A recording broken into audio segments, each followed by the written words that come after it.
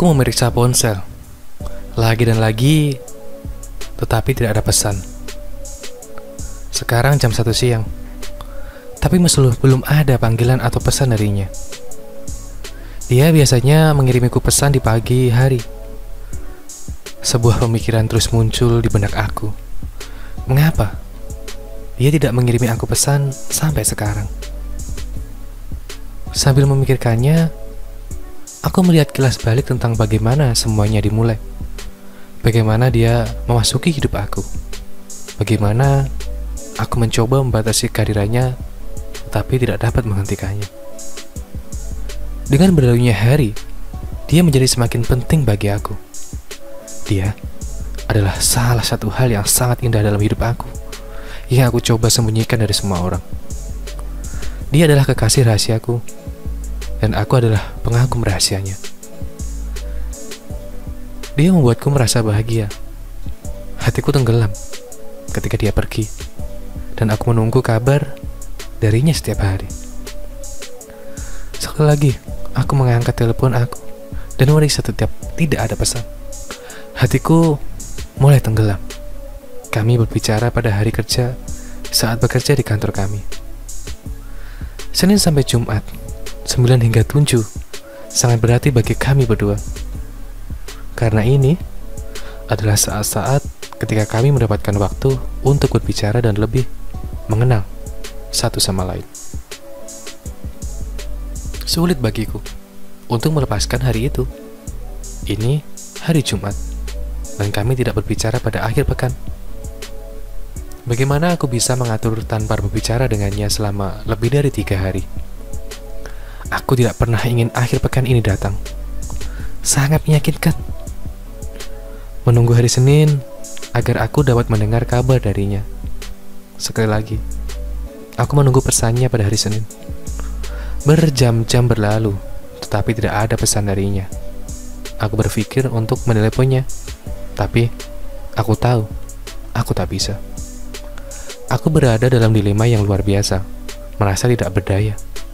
Aku hanya ingin mendengar kabar darinya sekali dan tahu apa yang sedang terjadi.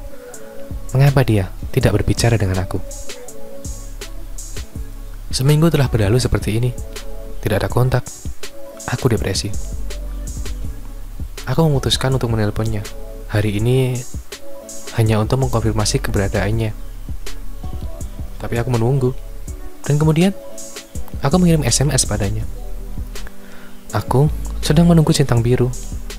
Dan iya, dia membacanya dan aku dapat melihat bahwa dia sedang mengetik. Senyuman muncul di wajah aku dan aku sangat menantikan jawabannya. Datang dari ujung yang lain, aku mulai mengajukan pertanyaan padanya, memarahinya tentang di mana dia, dan kemudian dia menjawab, "Aku baik-baik aja. Aku sibuk dengan pekerjaan kantor. Pada hari Kamis aku harus pergi ke Kashmir dengan alasan mendesak, di mana nomor pribadi aku kehilangan jaringan. Aku sangat sibuk, sehingga aku tidak bisa mengambil waktu istirahat. Aku menyesal."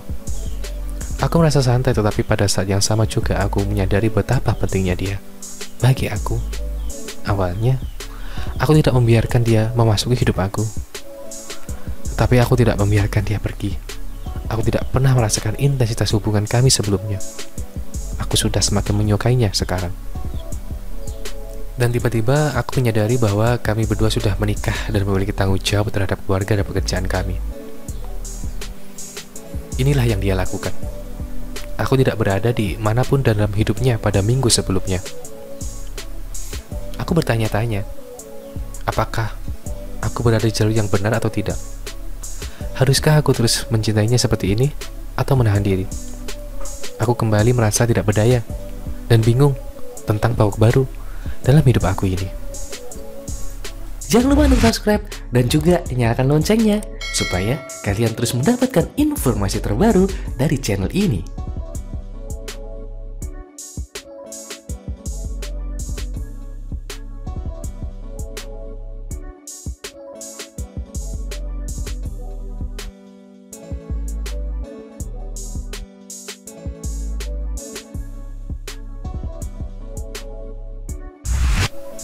Hal yang sama terjadi dengan aku dari waktu yang sangat lama, sehingga aku benar-benar tidak mencintai diri sendiri.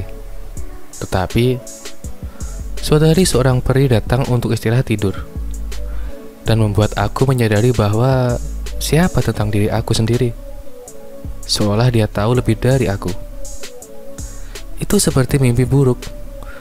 Baru saja berakhir dan aku mulai mencintai dan menikmati siapa aku dan pekerjaan aku. Sebelumnya, pekerjaan aku adalah pelarian terbaik dari semua emosi yang aku selalu merasa sangat kesepian, bahkan setelah memiliki hampir semua yang bisa dimiliki seseorang.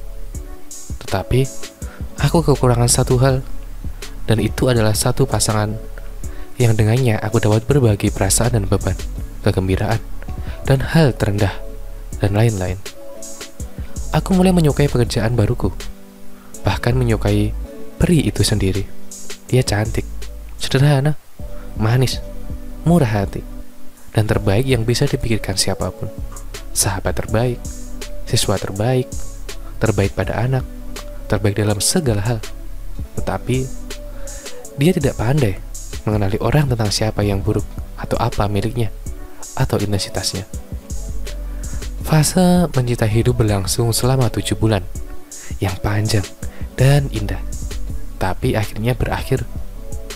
Dan aku pikir ini hanya karena aku kerasa sangat kejam, sehingga aku benar-benar tidak layak mendapatkan orang baik dalam hidup.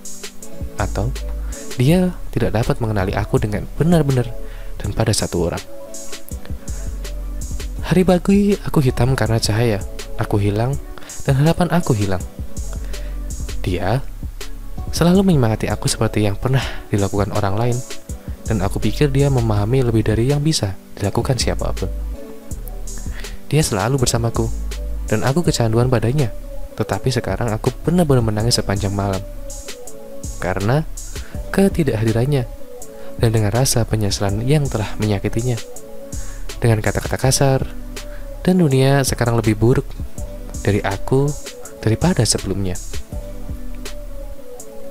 Karena sulit hidup dalam kegagalan sendiri, dan sekarang aku membencinya.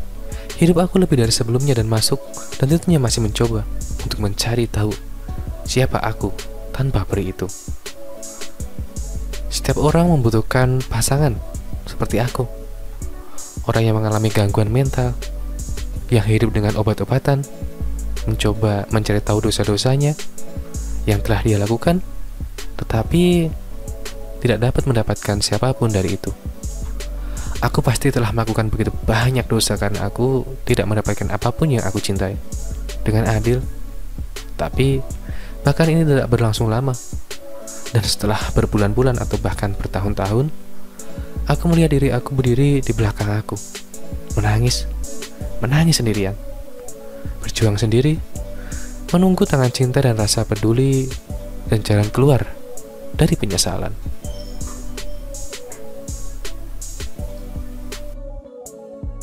Terima kasih sudah menonton video ini. Jangan lupa untuk like, komen, dan subscribe. Thank you.